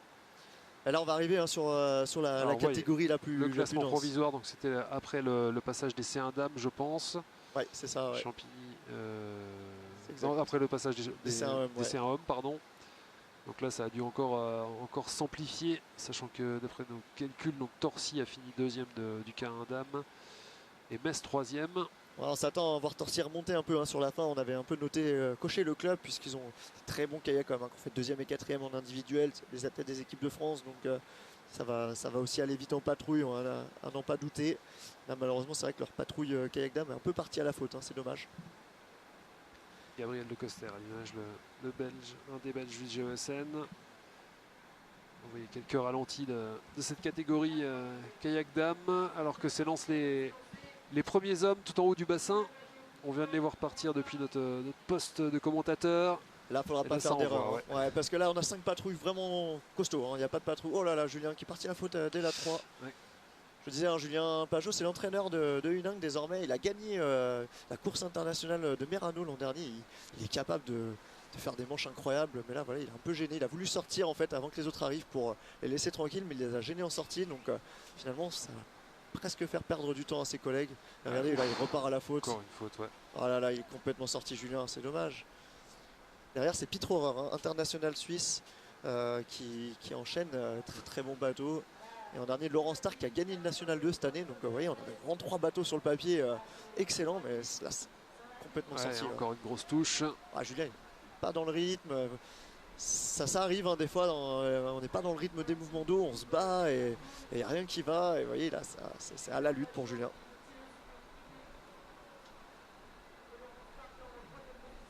Il est encore touché avec l'avant du bateau. Ouais, là c'est Sur sorti les pour pierres. Unang, ça va aller en bas, mais voilà, ça jouera pas devant, c'est Non. impossible. Là.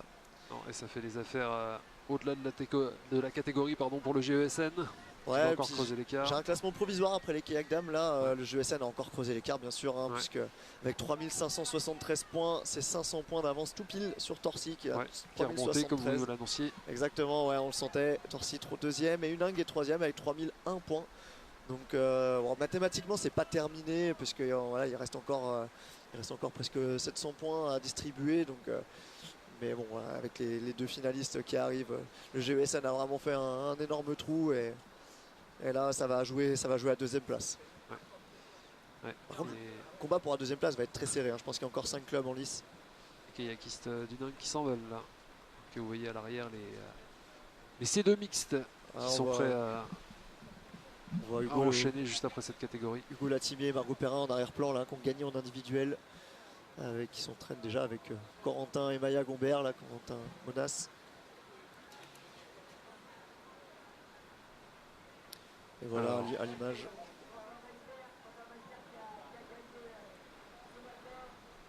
Ah là, Angoulême, là ils ont fait une bonne équipe en senior.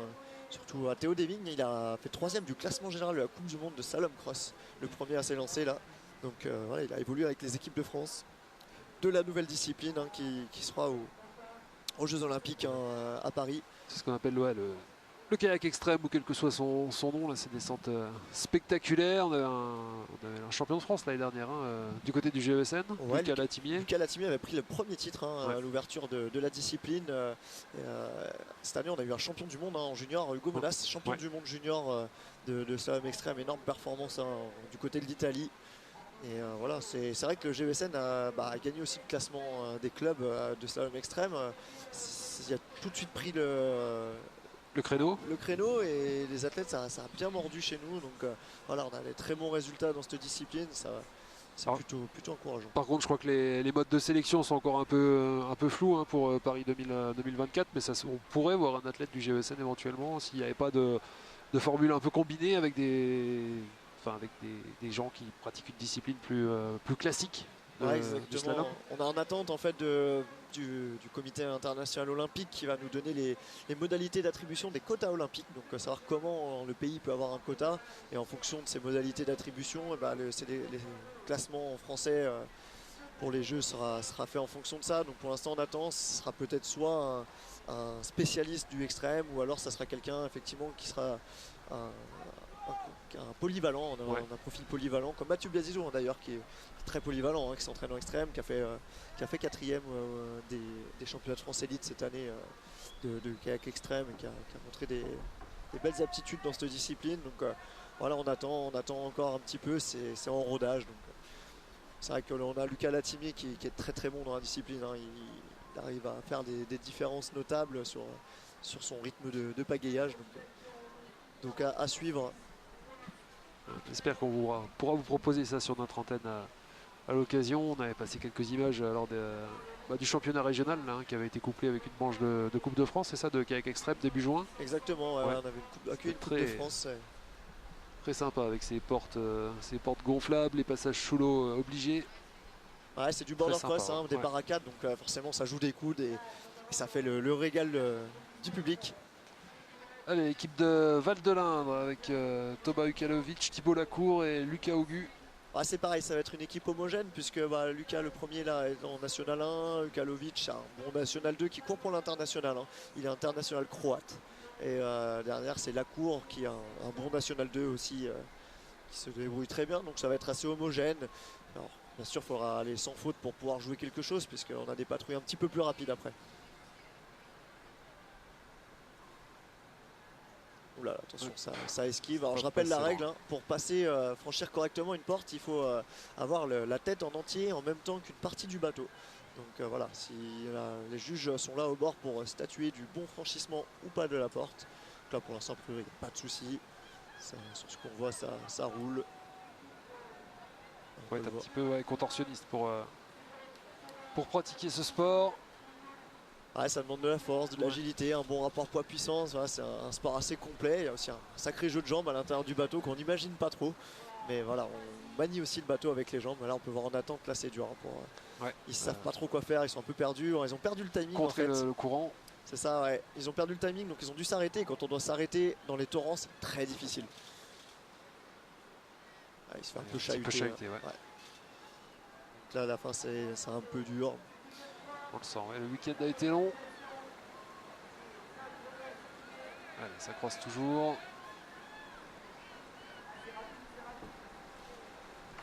On a vu il a touché, il s'était mis en travers. Ouais, là ça finit pas super bien pour Val-de-Lindre qui jouera pas trop devant. C'est dommage, ils ont été sur le podium provisoire à un moment, Val-de-Lindre, et là ils sont en train un peu de manquer leur fin de week-end. Et attention parce que là, Torcy c'est une très très bonne patrouille. On a deux bateaux qui peuvent jouer aussi, qui sont pressentis pour jouer les outsiders aux sélections olympiques. Vincent Delahaye et Noé Perrault. Noé Perrault a montré des résultats incroyables là, sur la fin de saison. Il a réussi à jouer dans les chronos. Alors il n'a pas concrétisé finalement, mais il a joué parmi les meilleurs sur la course internationale de Vers-sur-Marne sur le bassin olympique. Il est capable d'aller très vite, et Vincent Delahaye qui a fait deuxième il me semble en individuel juste derrière Mathieu Biazizou. Donc voilà, là on a deux bateaux excellents, et Nathan Huguenin le troisième est très très bon aussi. C'est un jeune, il est junior encore, mais il a montré sur le circuit junior qu'il pouvait jouer. Là c'est le premier, Nathan, il ouvre le bal, il a la pression puisque derrière lui il touche. Il se précipite un peu, c'est le piège quand on a derrière soi les bateaux un tout petit peu meilleurs. Rapide, on a envie de surjouer un petit peu, et on peut pas surjouer dans cette discipline. On peut voir là, il a un peu à la lutte. Ça va vite quand même, c'est très bon pour Nathan. C'est super, Nathan il a fait un très bon passage devant là. Vous voyez, le bateau ne s'est jamais arrêté. Par contre, oulala, énorme faute de Noé Perrault derrière. Noé Perrault qui est parti à la faute. Il se retrouve tout seul devant. C'est incroyable, c'est le bateau sur le papier le plus faible qui finalement a décroché ses collègues. Il doit pas comprendre ce qui se passe derrière lui, Nathan. On peut voir, il a eu un petit regard un peu inquiet. Où sont mes copains? Il va falloir bien finir, pas trop chômer non plus, parce que ça va revenir fort derrière à mon avis. Connaissant l'orgueil des bonhommes. Ça temporise un tout petit peu. C'est dur pour Noé qui a planté la patrouille, alors que c'est quand même le meilleur sur le papier. Et là, on peut voir, c'est dur, c'est qu'en plus, après avoir remonté une porte, ça charge les bras en acide lactique. Hein. En fait, on sort un peu du projet. Et là, physiquement, ça devient tout de suite plus dur. Hein. La manche se rallonge. On peut le voir, regardez, il a une grimace à la fin. Là. Allez. Une grosse ambiance hein, de Torcy à l'arrivée. Voilà, on peut voir, il est très déçu, Noé. Très déçu. Ouais. Alors, on attend les pénalités. Il y en aura quelques-unes, alors qu'on voit Mathieu Biasizo Mathieu au départ. à l'écran. Le regard ne trompe pas. Il n'est pas là pour faire figuration. Là, ils ont une équipe très costaud. Hein, Épinal, c'est une équipe qui fait peur. Mais Mathieu, attention. lui, qui commence sa préparation hivernale. Donc ici, du côté d'Épinal, pas mal de plages, je suppose, en cette période de l'année. Il est même allé un petit peu sur le bassin du centre-ville vendredi pour reprendre ses marques. Et puis, vous le disiez tout à l'heure, Maxime, sans doute un passage en Australie pour aller s'entraîner. Ouais, moins longtemps que d'habitude, hein, puisqu'avec le bassin ici, on peut voir, il va favoriser quand même la présence ici et la structure, le suivi par son coach. Et là, voilà, là, c'est vraiment costaud. Il a fait un passage énorme en haut là. Allez, Mathieu Gabriel de Coster. Ça croise serré, on peut le voir, c'est un vrai balai là. Hein. Pour l'instant, c'est parti très fort. Et puis là, je peux vous dire que physiquement, il n'y en a pas un des trois qui va lâcher. Là, c'est vraiment trois parmi les plus costauds du circuit. Mathieu, il a une puissance extraordinaire. Hein. C'est vraiment l'athlète qui a le plus gros rythme. Gabriel, c'est sûrement celui qui s'entraîne le plus. Hein. Un entraînement vraiment de très haut niveau pour Gabriel. Il a fait le choix de faire de la quantité, Gabriel. Donc, vous verrez, il lâchera rien. Vous avez peut-être deux athlètes olympiques en 2024. C'est l'objectif, hein. C'est l'objectif réalisable. Gabriel qui a couru à Tokyo pour la Belgique. Hein. Il s'est fait une première expérience olympique, ça va être important hein, s'il veut performer à Paris. Je pense que ça va vraiment l'aider. C'est très difficile de performer à ses premiers jeux. Donc là, il va arriver avec des repères à Paris. On sera un peu à domicile aussi en plus à Paris, on y va quand même souvent. Donc... Allez, c'est propre jusqu'ici. Ça termine fort. Hein. Je pense qu'ils vont assurer la première place là. Hein. Je vois pas ce qui peut leur arriver. Il y a eu une pénalité, mais attention, Gabriel est un peu coincé. C'est pas grave parce que le chrono va s'arrêter sur Lucas. Là, Lucas, regardez la relance. C'est fort, une petite touche un petit cœur, petite dédicace de Lucas à l'arrivée. 88 en temps, c'est un super temps. C'est un temps même en individuel qui aurait fait un top 10. Hein, donc voilà, à 3, c'est incroyable. Ils ont écrasé la compète, c'était attendu. Hein, c'est une équipe sur le papier qui était vraiment énorme. En plus, voilà, Torcy est parti un peu la faute. Et là, c'est 8 secondes d'avance. 8 secondes d'avance sur le deuxième. Sur le deuxième, 7 secondes et demie. Énorme descente des trois équipiers du GESN, Mathieu Biasizo, Gabriel de Coster, Lucas Latimier. Ça fait plaisir, costaud, fait plaisir. Ça met une bonne ambiance aussi pour le club là, sous le soleil. Regardez, il y a du monde au bord. C'est soleil au bord, c'est plein dans les tribunes. On les voit pas à l'image, nous on est à côté, mais les tribunes se remplissent. Et Épinal qui brille à domicile. Hein. Personne passe à côté, c'est vraiment super. Autant dire que le titre est déjà dans la poche hein, avec l'avance qu'il y avait tout à l'heure, 500 points. Là c'est terminé, c'est terminé. Il reste laissé deux mixtes. Alors on leur a donné la consigne hein, d'aller au bout et puis de montrer la force du club. Hein. Ce bassin aussi il nous a redynamisé et je pense que là le club a envie de montrer le maillot, envie de briller à domicile sur cette première course d'envergure sur le Naturo. Allez, deuxième a priori Torcy sur cette catégorie et troisième Val de l'Indre. Torcy hein, qui pourrait quand même accrocher à deuxième place parce qu'ils ont aussi une bonne équipe en canoë biplace mixte. Donc non, je me trompe puisqu'à priori ils sont pas en finale. Hein. Ah non, ils sont sortis. Ah oui, ils ont dessalé en mix, donc ils vont peu marquer de points sur cette course. Donc ils peuvent au mieux espérer un podium. Alors c'est peut-être Champigny hein, finalement qui va finir fort parce que Unang aussi a un problème d'équipe en canoë, donc Unang et Torcy sont en jeu. C'est Champigny qui va peut-être faire la belle affaire de cette finale de canoë mixte. Ça serait énorme, hein. Champigny deuxième, ça serait vraiment énorme puisqu'ils ont vraiment très très jeunes athlètes. Alors puis on découvrira une autre Un autre club, celui de Quimperlé, venu de loin, la Bretagne. Alors voilà, Lucas Latimier là en haut, ils sont super contents. Regardez, avec Gabriel, Mathieu, ils sont les trois sur la passerelle là. Ils vont aller encourager, la dernière équipe, hein. Ils vont tous les Spinaliens, je pense, vont aller faire un bon moment de cohésion là sur cette fin. Le titre est assuré, donc on va pouvoir profiter de cette fin de saison avec le sentiment du job accompli. Ouais. Quelques instants à patienter avant la dernière catégorie, le C2 mixte. Pas de C2 dames inscrit. Non, je pense que c'est que des mixtes. Ouais, Ouais. que des mixtes. Ah, on a des beaux équipages. Hein. Ouais. On pense les voit. Ah, on voit l'équipe Du GESN. du GESN accompagnée d'Arthur Grandemange, entraîneur de cette équipe. Entraîneur depuis longues années, hein, un pilier du club, Arthur. Et c'est parti pour le club de Quimperlé. Quimperlé, ils viennent de loin. Hein. Ouais, on salue leur déplacement. Il y a quand même 2-3 gros clubs qui sont venus de l'ouest de la France. On avait vu Angoulême tout à l'heure, Quimperlé, Val-de-Linde. C'est pas à côté quand même.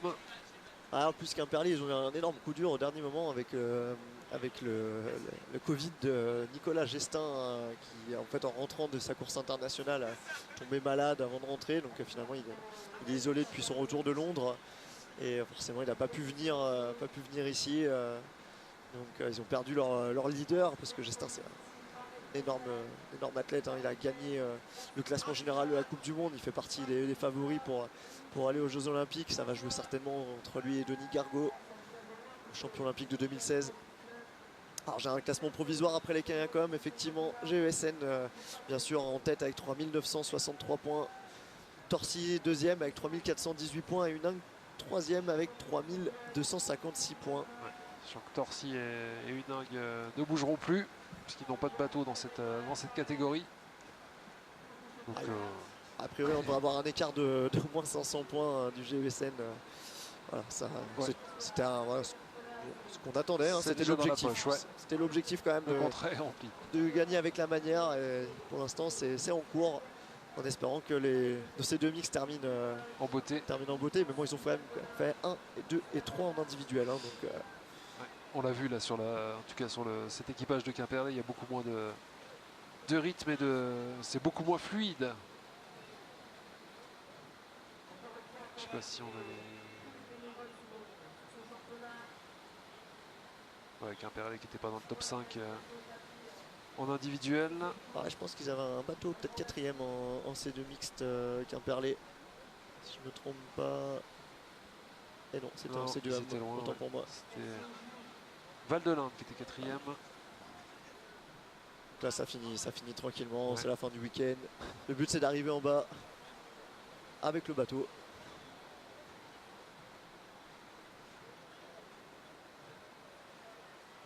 Allez, ouais, c'est un petit peu plus poussif, difficile. Encore une touche.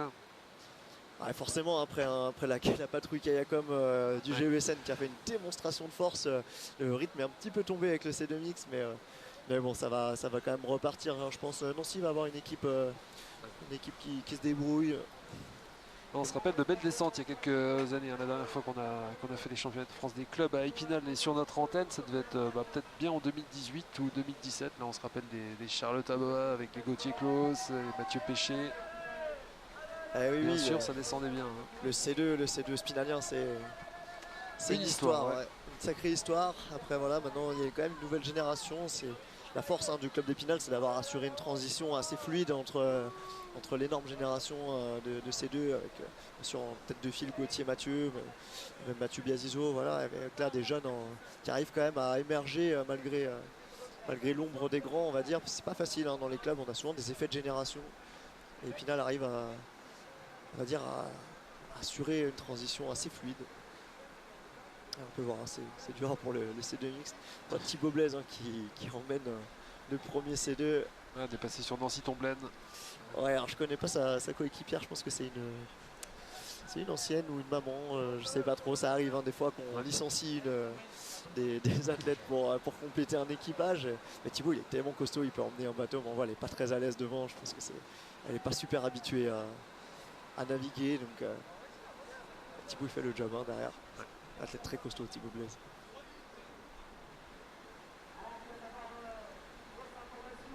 Ah, ça y va quand même devant. Alpaguet.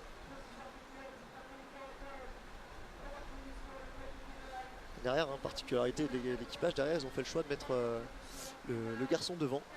C'est un choix assez risqué. Ça a un intérêt, c'est que le bateau, ça permet au bateau de rester plus en ligne, donc comme sur un rail. Mais par contre, on a moins de propulsion, de marge de manœuvre à l'arrière. En fait, l'arrière peut mieux guider le bateau. Ouais. Donc si ça part à la faute, c'est plus difficile pour le garçon de rattraper, comme souvent un peu plus fort physiquement. Mais là, en fait, il a une bonne équipière derrière. Hein. Julia, elle a fait deuxième en canoë monoplace individuel, donc elle sait naviguer. Hein. Donc elle tient le bateau à l'arrière, c'est costaud. Et le troisième bateau, Thomas Lhuillier avec Maud Dominique. Pareil, je connais pas, hein, je pense qu'elle n'est pas sur le circuit. Ouais. Ça doit être une... On parlait de Carole Dolmer tout à l'heure, c'est elle est vétéran. Ah, ça finit pas mal. Hein, ils ont quand même fait une bonne patrouille. Là, ça enchaîne tout de suite avec Metz. Ouais, comme il y a un écart de 180 secondes, je sais, non 150 peut-être entre chaque départ. Ça se chevauche parfois, si ça n'avance pas trop. On a déjà eu pas mal de temps perdu. On peut voir aussi l'entraîneur de Metz hein, qui met le pied à l'étrier. Il est dans le bateau du milieu, Baptiste Podor, qui est coach du club de Metz, là, qui participe aussi à la bonne tenue de ses équipes. Avec leur bateau toujours orange, comme de Metz. Alors, Baptiste Podor, donc il est avec Sophie Colbus, hein, qu'on parlait tout à l'heure, championne du monde master. Là, ils se regardent, tout le monde se regarde. Ouais. On se fait des politesses hein, dans l'équipe de Metz là.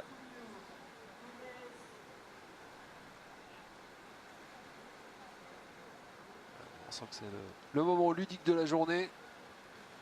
Se faire plaisir pour boucler cette fête des championnats de France des clubs. Ah, y a des points à aller chercher hein, Ouais, pour bien figurer, parce que je pense que ça tient à cœur à tous les clubs hein, d'aller chercher. Mais je pense qu'on verra bien la différence aussi avec les trois bateaux spinaliens qui vont descendre d'ici quelques minutes. Ah, c'est sûr. En termes d'engagement et d'expérience sûrement.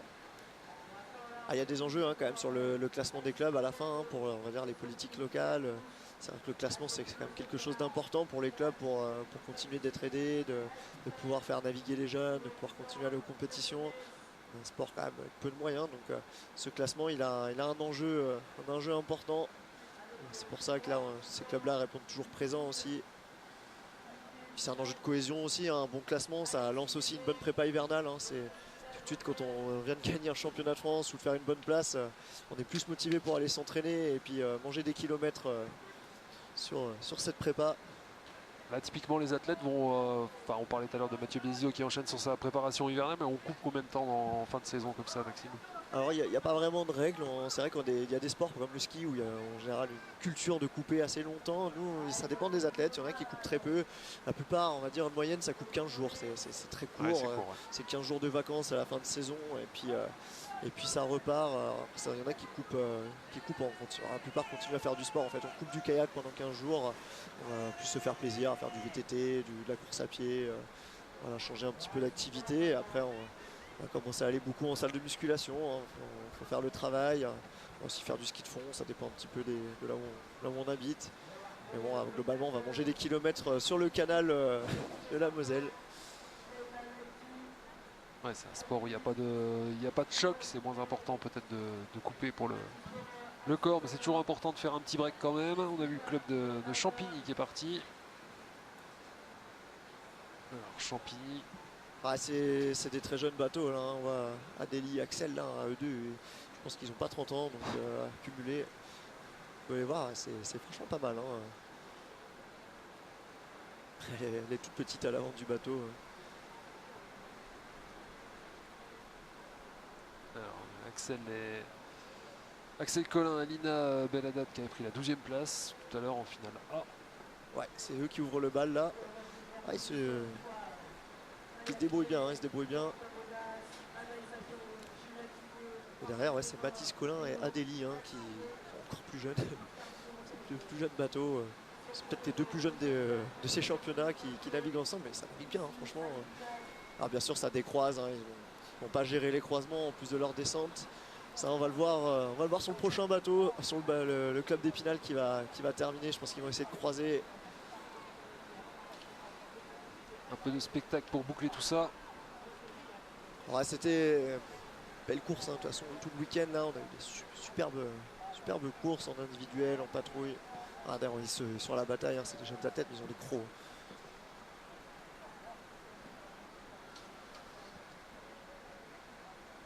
On a la chance On de les voit arriver, ouais. finir avec une bonne météo aussi là. Après un week-end au démarrage compliqué. Ah, ça change pas grand-chose pour les athlètes, j'imagine, comme on est dans l'eau, Maxime.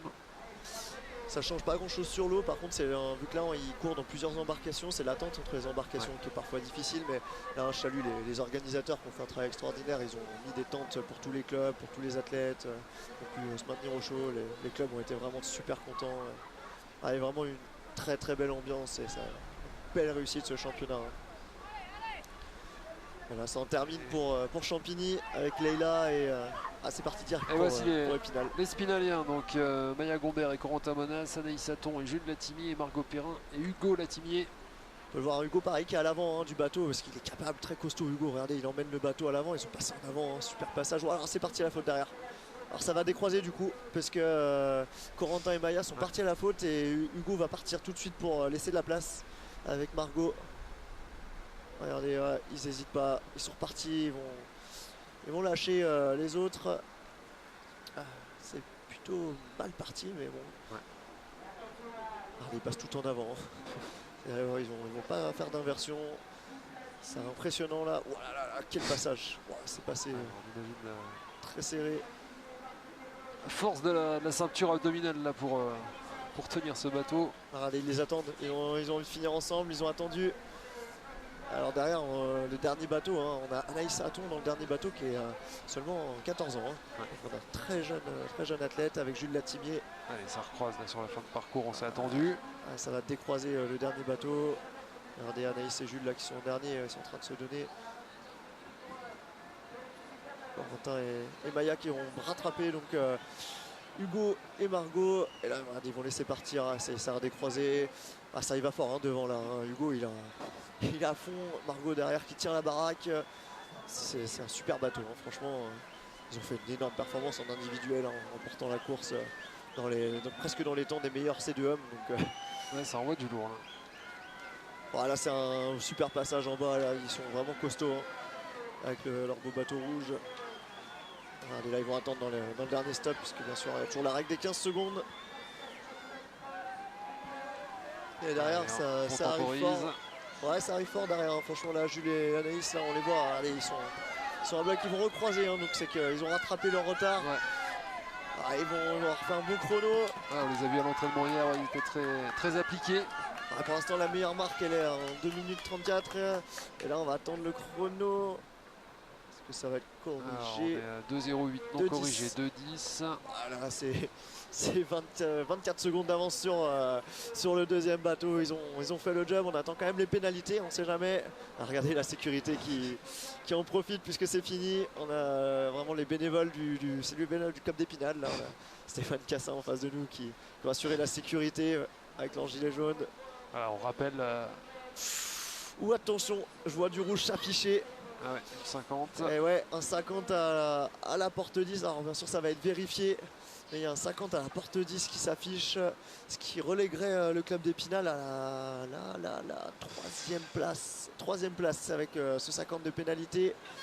Et ça pourrait être une victoire pour Champigny, ça serait énorme, hein, pour les jeunes de Champigny. Je pense qu'ils seraient super contents. Alors 196, 92. Ouais, c'est avec les pénalités. Ouais, donc victoire pour Champigny. Il ferait quand même deuxième avec le 50, c'est incroyable. Ouais. Ils ont fait un gros temps. Alors bien sûr, les pénalités vont être vérifiées, je pense, par les juges. Mais là, c'est dommage, hein, pour le club d'Épinal qui a fait une grosse manche. Mais bon, voilà, avec la deuxième place, le job est fait. Hein, largement. Le club d'Épinal va remporter 4 victoires en individuel, 4 victoires en patrouille. c'est énorme, hein, c'est vraiment Ils ont survolé les athlètes du GESN, ils ont survolé ce championnat et bon, on le sentait un petit peu, hein, c'était l'équipe qui faisait peur, mais voilà, c'est toujours difficile hein, quand on est autant attendu de gérer, gérer en plus à domicile, voilà, fallait gérer la pression.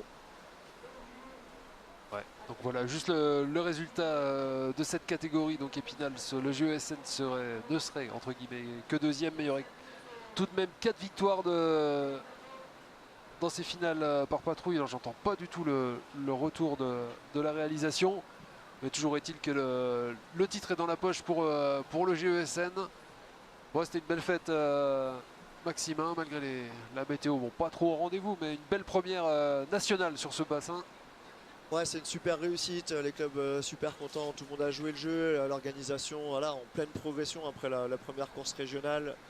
Donc là, c'est vraiment une très très belle compétition qui se termine bien aussi en termes de résultats. Je pense que c'était important pour Épinal de gagner et de briller. Donc voilà, c'est une première étape dans le début de l'hiver, dans la construction aussi des événements sur ce bassin qui devrait voir des événements de grande envergure se multiplier. Ouais, à commencer par la première manche de N1, donc ça sera le week-end des 10, 11, 12, vous m'avez dit. Ouais, c'est ça, c'est début 10, mars.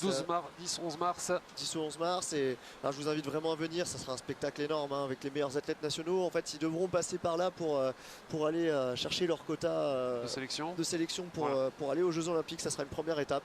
Donc, il va y avoir du beau monde. Ça va être une compétition à couteau tiré. Ça va être un spectacle énorme. Et ben, ça promet. On sera là, nous. Il n'y a pas de souci, bien évidemment. Mais merci beaucoup, Maxime, d'avoir commenté avec moi cet événement. On était ravis de pouvoir proposer du canoë-kayak sur Vosges TV. On remercie Richard Péché, tout particulièrement du GESN, pour la préparation de cet événement et puis de la coordination avec nos équipes emmenées ce dimanche par Vincent Louis. On salue encore une fois Fred Blaison à la régie. Le prochain rendez-vous sport sur Vosges TV, on a le résultat définitif, voilà, vous pouvez le noter. Ouais. Alors c'est le provisoire, mais donc Provisoire. résultat à la fin de ces catégories, et donc le GESN hein, qui gagne avec près de 1000 points d'avance, 4308 points devant le club de Torcy qui a fini fort comme prévu, 3418 points, et Huningue 3256. C'était serré hein, pour le podium, c'est un très très beau podium. Quelle victoire hein, du GESN. Ouais, et ben félicitations, Maxime. Et ben merci. Vous êtes l'artisan de cette victoire. Également, prochain rendez-vous sport sur Vosges TV, ce sera samedi prochain, 8 octobre, avec le premier match de championnat de D1 des Wildcats de l'Épinal Hockey Club qui recevront Chambéry, une rencontre qui sera à suivre en direct dès 18h sur notre antenne. Merci de votre fidélité et à très bientôt sur Vosges TV. Merci Maxime. Merci à vous, à bientôt.